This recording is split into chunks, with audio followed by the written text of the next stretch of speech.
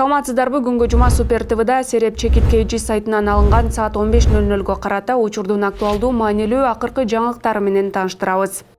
Жапаров жарнамалаган У коргошунда Алымкадыр Бейшеналиев түз эфирде ичти.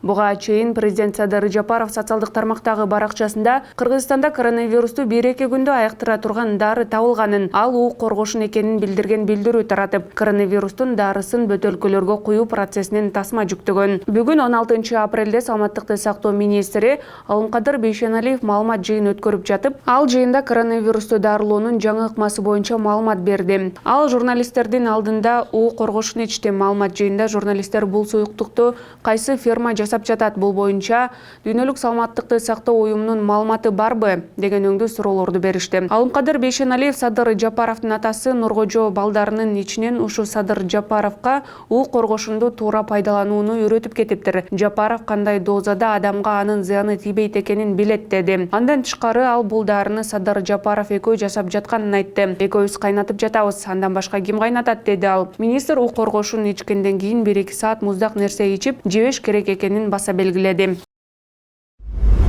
Дүйнөлүк саламаттыкты сактоо уюмунун Кыргызстандагы өкүлү Назира Артыкова коронавирус инфекциясын У коргошундун тамырынан жасалган тундурма менен дарылоо ыкмасы фейк экенин айтты. Бул тууралуу ал бүгүн 16 апрелде Кактус медиа сайтына билдирди. Артыкованын айтымында ал таратылган маалыматты өзү текшерип көргөн. Бул фейк, ал У коргошун менен коронавирустан айыгуу мүмкүн болбогон нерсе экенин айтты. Мындай болушу мүмкүн эмес, бардыгына илимий далил керек деди ал. Ошол эле учурда президенттин басма сөз кызматы тундурма жөнүндө маалымат жарыяланган баракча чындыгында президент Садыр Жапаровго таандык экендигин билдирди. Баткенде мектеп окуучулары мушташып, 3 бала оор абалда ооруканага жаткырылды. Бул тууралуу социалдык тармактын колдонуучусу Санжар Калматай жазды. Анын айтымында райондогу Кара Бак айылында урууга бөлүнүп, массалык мушташ болгон. 8 класстын балдарын 10 класстын балдары уруп, 3 бала ооруканада оор абалда жатат деп жазды ал. Баткен облустук милициясынын басма сөз кызматынан Сереп медиа маалымат агенттигине маалымат такталып жатканын билдиришти.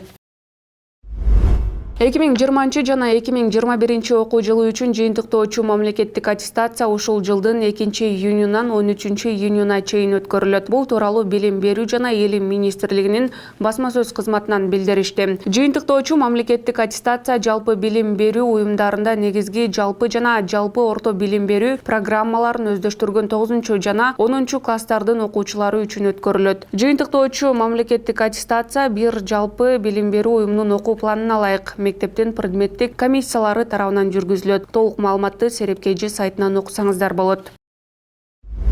Кара Суу районунда эч кандай митинг жок, абал туруктуу. Бул тууралуу Сереп медиа маалымат агенттигине Ош облустук милициясынан билдиришти. Буга чейин социалдык тармактарда Кемпир Абад суу сактагычынын боюнан Өзбекстанга жер берүүгө каршы митинг башталганы тууралуу маалымат тараган. Облустук милиция бул маалыматты төгүндөп, кечээ жеринде кыргыз-өзбек комиссия мүчөлөрү эл менен жолугуп чек ара тууралуу сүйлөшүү жүргүзүшкөнүн билдирди. Ушул жана башка жаңылыктарды Сереп Чекиткейчи сайтына кирип окуп таныша аласыздар. Күнүңүздөр ийгиликтүү улансын.